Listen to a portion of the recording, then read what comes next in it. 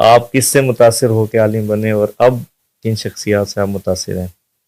بیٹا میں تو شوبز میں جانا چاہتا تھا، تو میں نے ایک حدیث سنی کہ جب نیک آدمی مرتا ہے تو جنت کے 500 فرشتے لینے آتے، ہار اور پھول اور بشارتیں، اور کوئی برا آدمی مرتا ہے تو دوزخ کے 500 فرشتے لینے آتے اور ان کے ہاتھ میں ڈنڈے اور گرز۔ تو میں نے بیٹھے بیٹھے سوچا اگر آج میں مر جاؤں تو میرے پاس کون سے فرشتے آئیں گے؟ تو میرے اندر سے آواز آئی دوزخ کے فرشتے آئیں گے۔ تو میرے اوپر ایسا خوف طاری ہوا اور اللہ کی ہدایت شامل حال تھی، میں نے 4 مہینے کر دی۔ اگلا سوال ہے جی، یہ عبداللہ ہیں۔ میرا سوال ہے کہ کچھ لوگ آپ کے بارے میں شیعہ عقائد رکھتے ہیں، یہ شاید آپ کی شیعہ تبلیغ کے طرز عمل کی وجہ سے ہے، اس کی کوئی اور وجہ ہے؟ مزید شیعہ مذہب کے بارے میں رہنمائی فرمائیے۔ جنید بلوچ ان کا نام ہے۔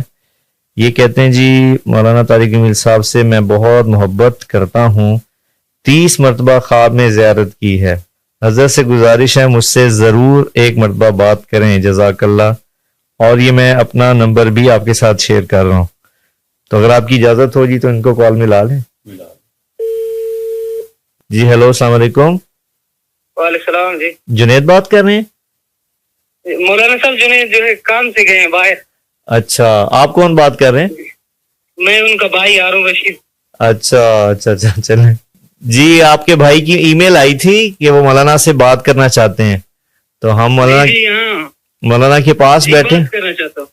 چلیں، آپ کے بھائی تو موجود نہیں، آپ بات کر لیں مولانا طارق جمیل صاحب سے۔ جی جی جی، السلام علیکم ورحمۃ اللہ۔ وعلیکم السلام مولانا صاحب، کیا حال ہے؟ اللہ کا شکر ہے بیٹا۔ آپ تو رہے مولانا؟ کہاں رہتے ہو؟ میں مچھ میں مولانا صاحب رہتا ہوں، مچھ بول رہا مچھ مچھ کی تو جیل بڑی مشہور ہے۔ یا مولانا اللہ بچائے، اللہ بچائے، اللہ بچائے، اللہ بچائے۔ کیا کرتے ہو؟ مولانا صاحب آپ کو، مولانا صاحب میں کام نہیں کرتا ہوں، میں بیمار بھی رہا ہوں کافی سال، جو ہے اچھا اچھا ڈپریشن کا پیشنٹ رہا ہوں۔ اچھا، اللہ آپ کو صحت دے، سلامتی دے۔ مولانا صاحب آپ کو خواب میں نے 30 مرتبہ دیکھا ہے۔ اچھا، ماشاء اللہ ماشاء اللہ، گنتے رہے۔ مولانا صاحب آپ سے محبت ہے۔ اللہ خوش رکھے بیٹا، اللہ آپ سے راضی ہو۔ ٹھیک ہے، اجازت ہے؟ مولانا صاحب طبیعت کیسے ہیں؟ ٹھیک ہے، اللہ کا شکر ہے۔ مولانا صاحب میرے لیے خصوصی دعا کریں، ہارون رشید نام ہے میرا۔ اچھا، اللہ آپ کو صحت سلامتی نصیب فرمائے۔ ٹھیک ہے مولانا صاحب ملاقات بھی چاہتا ہوں۔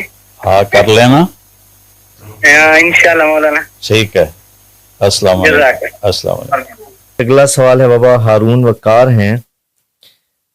یہ کہہ رہے ہیں کہ my question for you is what influenced you to become an Islamic scholar and who are the people you are most influenced by؟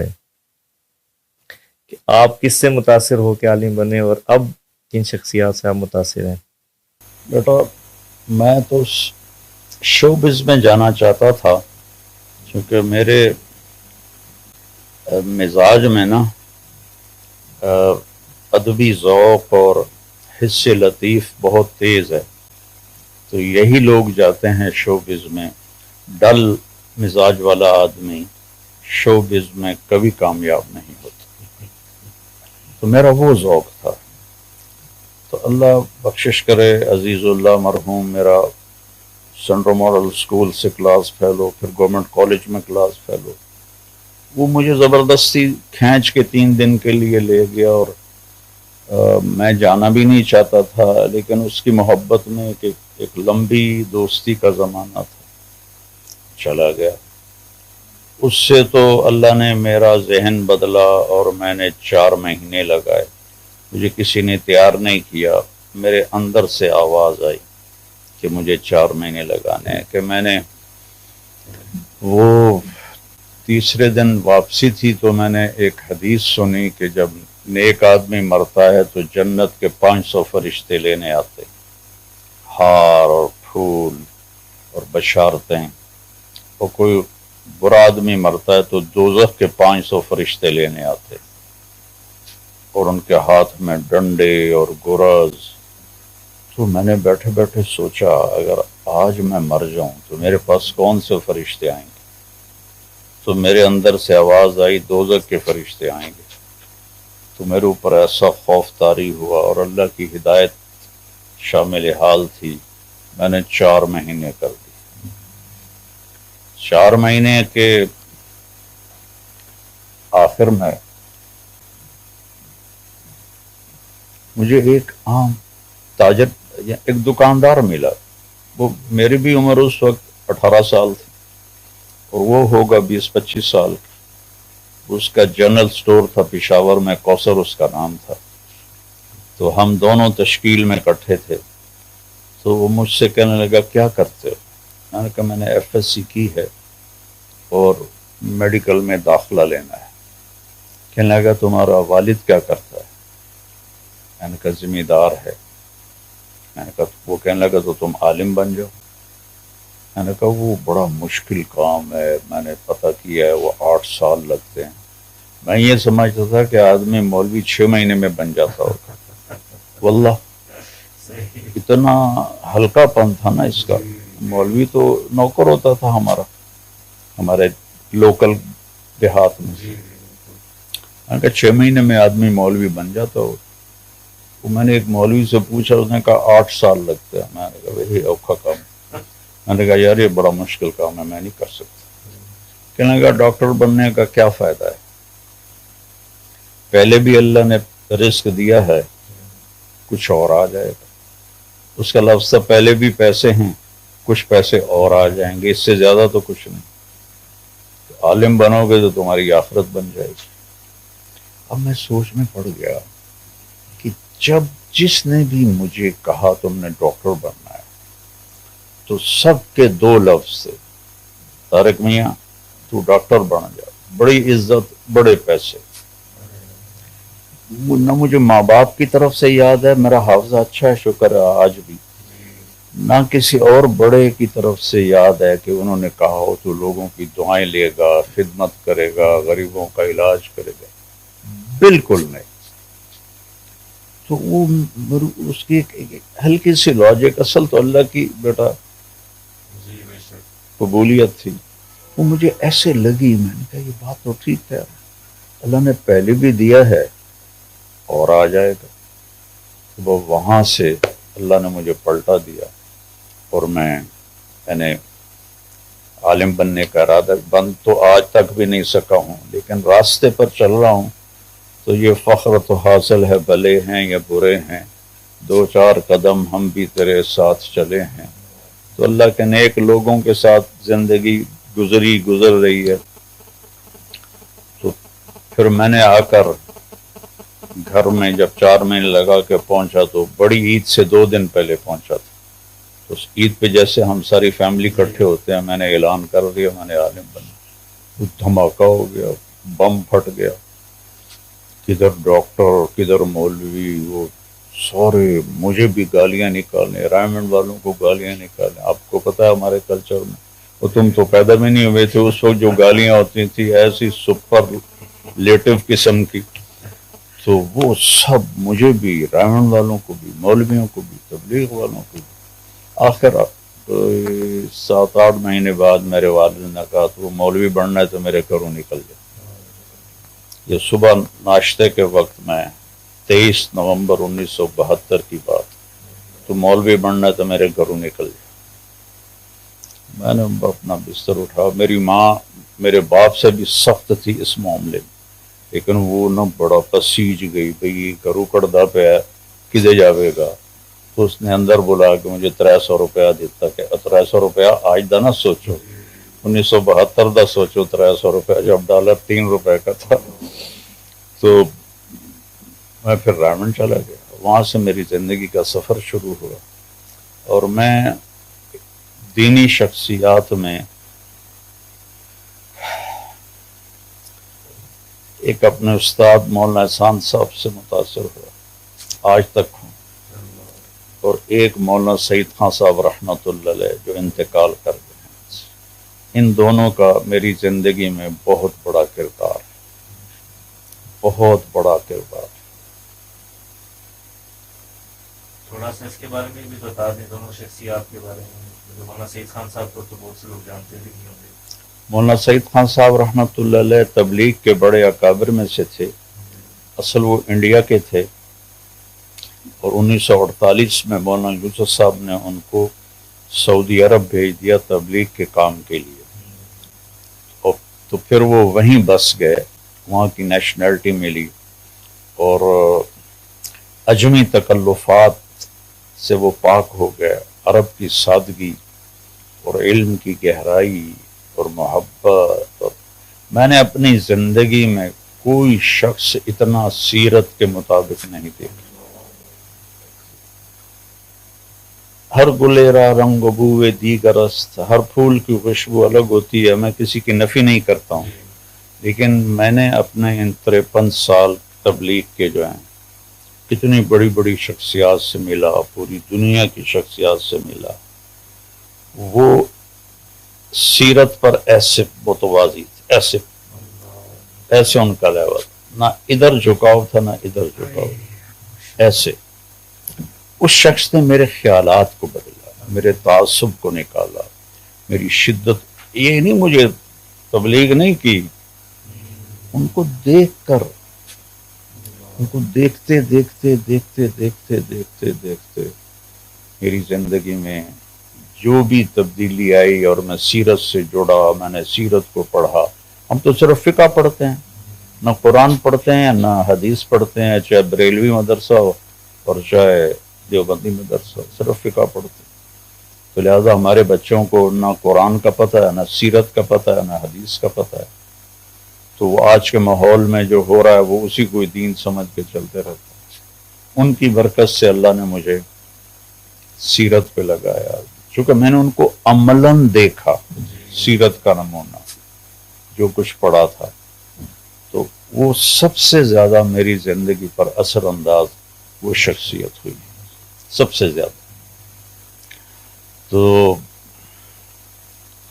اللہ تعالیٰ نے، میں کیا تھوڑے سے وقت میں ان کی کیا تعریف کروں۔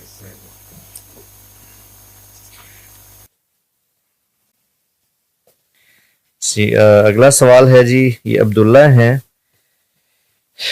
یہ کہہ رہے ہیں مولانا صاحب امید ہے آپ خیریت سے ہوں گے۔ میرا سوال ہے کہ کچھ لوگ آپ کے بارے میں شیعہ عقائد رکھتے ہیں، یہ شاید آپ کی شیعہ تبلیغ کے طرز عمل کی وجہ سے ہے، اس کی کوئی اور وجہ ہے؟ مزید شیعہ مذہب کے بارے میں رہنمائی فرمائیے۔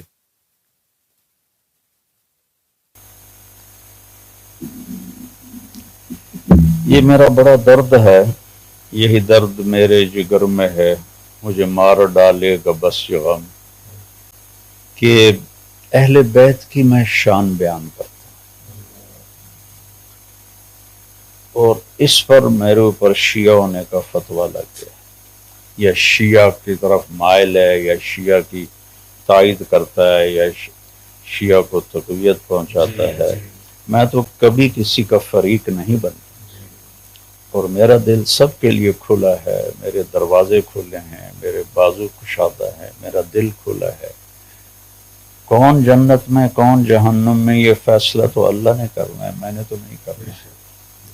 تو اہل بیت کے فضائل بیان کرنا یہ تو میرا ایمان ہے، اس کے بغیر تو دین مکمل نہیں ہے۔ میرے نبی نے فرمایا اہل بیت سے جو محبت کرے گا وہی مومن ہوگا، اور اہل بیت سے جو بغض رکھے گا وہی منافق ہوگا۔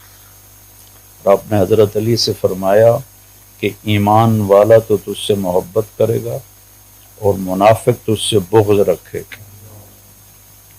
اور اللہ تعالیٰ نے کہا قُلْ لَا أَسْأَلُكُمْ عَلَيْهِ أَجْرًا إِلَّا الْمَوَدَّةَ فِي الْقُرْبَى، کہ میرے نبی آپ ان سے کہیے میں اپنی تبلیغ کا کوئی صلہ نہیں چاہتا، بس میرے قریبی رشتہ داروں کے ساتھ اچھا سلوک کر، چونکہ اللہ کو بھی پتا تھا کہ امت نے کیا کرنا ہے، اور میرے نبی کو بھی پتا تھا کہ آگے کیا ہونا ہے۔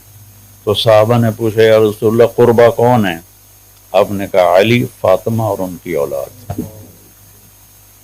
تو میں ان کی شان بیان کر کے چاہے ہزاروں الزام لے لوں تو میرے لیے سودا سستا ہے۔ امام شافعی رحمۃ اللہ علیہ نے ارشاد فرمایا، ان کا لمبا قصیدہ ہے، اس کے آخری شعر ہے، لو کان الرفض حب آل محمد فلیشہد الثقلان انی رافض۔ امام شافعی فرماتے ہیں کہ اگر اہل بیت کی محبت کا نام شیعہ ہونا ہے تو جنات اور انسان سن لے میں بھی شیعہ ہوں۔ تو ہمارے ہاں ناس بھی پیدا ہو گئے، محرم آتا ہے تو یزید کے فضائل شروع ہو جاتے ہیں، مجھے حیرت ہوتی ہے، اور یزید کا دفاع شروع ہو جاتا ہے۔ وہ میں نے ایک کمبخت کو سنا، وہ کہہ رہا تھا کہ کربلا تو ہوا ہی نہیں، تو ڈاکوؤں نے امام حسین کے قافلے کو شہید کر دیا۔ مجھے کبھی کسی پر اس طرح غصہ نہیں آیا، لیکن میرے نبی ممبر سے کبھی کسی کا نام لے کر برا بھلا نہیں کہتے تھے۔ یہ ہمارے سارے جو ہے نا یہ یوٹیوبر یہ سب فیل ہیں، یہ نام لیتے ہیں پھر اس پر کیا کیا بکواس کرتے ہیں۔ میرے نبی نے کبھی کسی کا نام نہیں لیا تھا۔ اس کا یعنی بغض میرے دل میں اس وقت آیا جب اس نے کہا کہ ڈاکوؤں نے شہید کر دیا۔ تو اہل بیت کی محبت، مجھے ایک شیعہ بھائی کا فون آیا کہ حضرت، وہ علامہ صاحب کہتے ہیں شیعہ، علامہ صاحب آپ 10 دن ہماری مجلس پڑھ دیں، ہم آپ کو خوش کر دیں گے۔ تو خوش کرنے کا مطلب آپ سمجھتے ہیں کہ کیا ہے کہ بھائی کوئی تھبی چنگی وڈی دیوان گے۔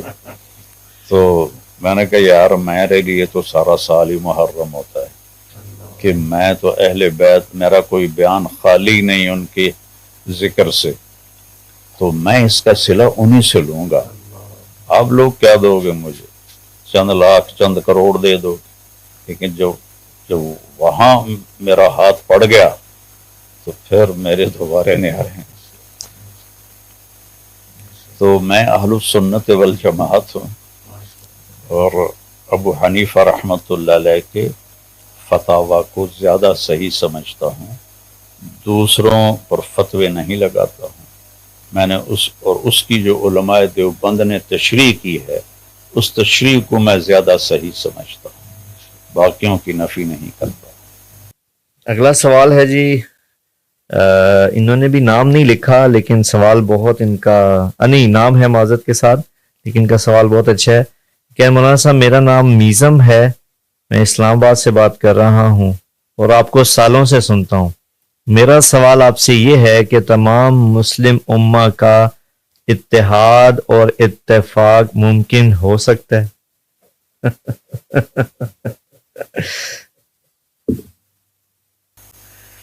اللہ تعالیٰ کوئی حکم ایسا نہیں دیتا جو ناقابل عمل ہو۔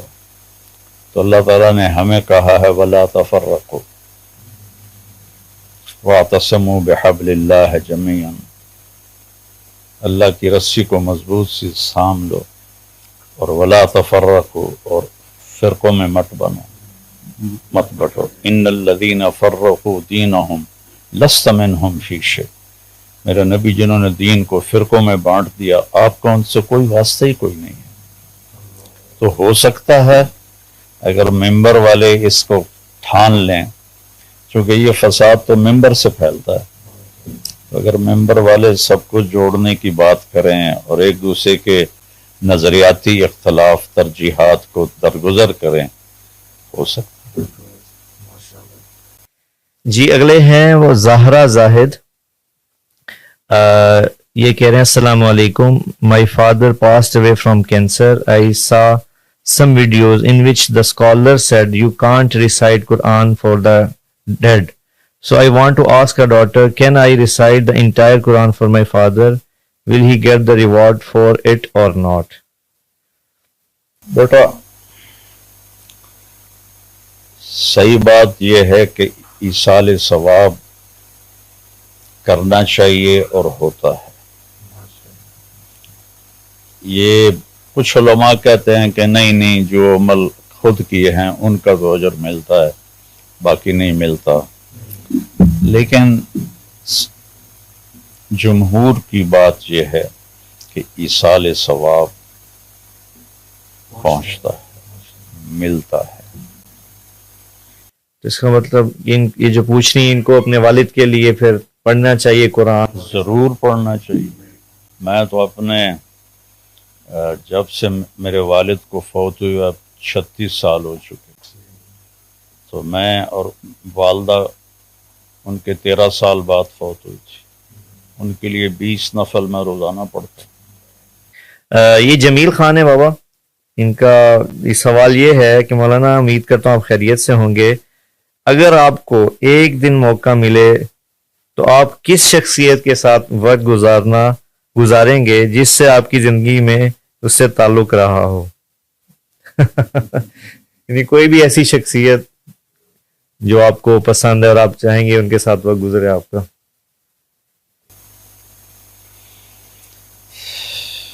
جتنوں سے بھی کچھ حاصل کیا سارے ہی قابل احترام ہیں، جو دنیا سے چلے گئے ہیں ان میں اگر مولانا سعید خان صاحب زندہ ہوتے تو میں ایک دن کیا پوری زندگی انہی کے ساتھ گزارتا۔ میرے 12 سال گزرے ان کے صحبت میں، وہ میرے 53 سال کی زندگی پر بھاری ہے، اور آج جو موجود ہیں ان میں مولانا احسان الحق صاحب کے ساتھ میرا جی چاہتا ہے کہ میں وقت گزاروں، سارا دن کیا انہی کے پاس ہی رہوں، لیکن وہ بہت معذور ہو چکے ہیں، بہت زیادہ بیمار ہیں، لیکن میں نے ان سے بھی بہت رائمنڈ کے قیام میں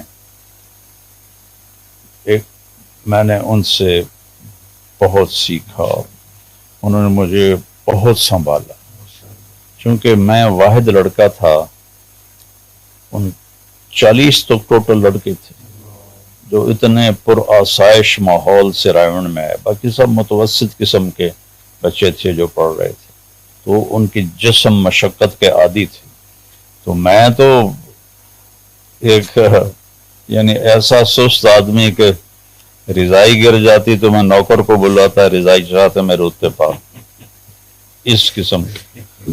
تو میرے لیے تو رائمنڈ مجھے خود سمجھ میں نہیں آتا کہ وہ میں نے کیسے کر لیا، مجھے کوئی اللہ ہی پکڑ کے چلا رہا تھا، کیسے ہو گیا کچھ سمجھ میں نہیں آتا۔ مجھے پہلے عبداللہ صاحب نے انکار کر دیا داخلے سے، تو قاضی صاحب محسوس صاحب رحمۃ اللہ علیہ نے ان سے پوچھا کہ ایک ہی تو ذمہ داروں کا لڑکا آیا تھا، آپ نے انکار کر دیا۔ کبھی وہ نازک بہت تھا، میں نے کہا یہ رائمنڈ کی مشقت برداشت نہیں کر سکتی، اور سب سے زیادہ میں نے برداشت کی، سب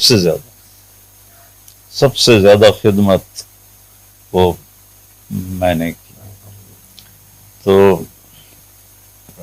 تو اس وقت میں پھر مولانا احسان صاحب بڑی شفقت محبت سے، اور ایک مولانا عبد الرحمن صاحب وہ بھی فوت ہو گئے، یہ دونوں ایسے انہوں نے میرے اوپر چھاؤں کر دی، میری حوصلہ افزائی، عربی کا ذوق میرے اندر مولانا عبد الرحمن رحمۃ اللہ علیہ نے پیدا کیا، اللہ ان کے درجے بلند کرے۔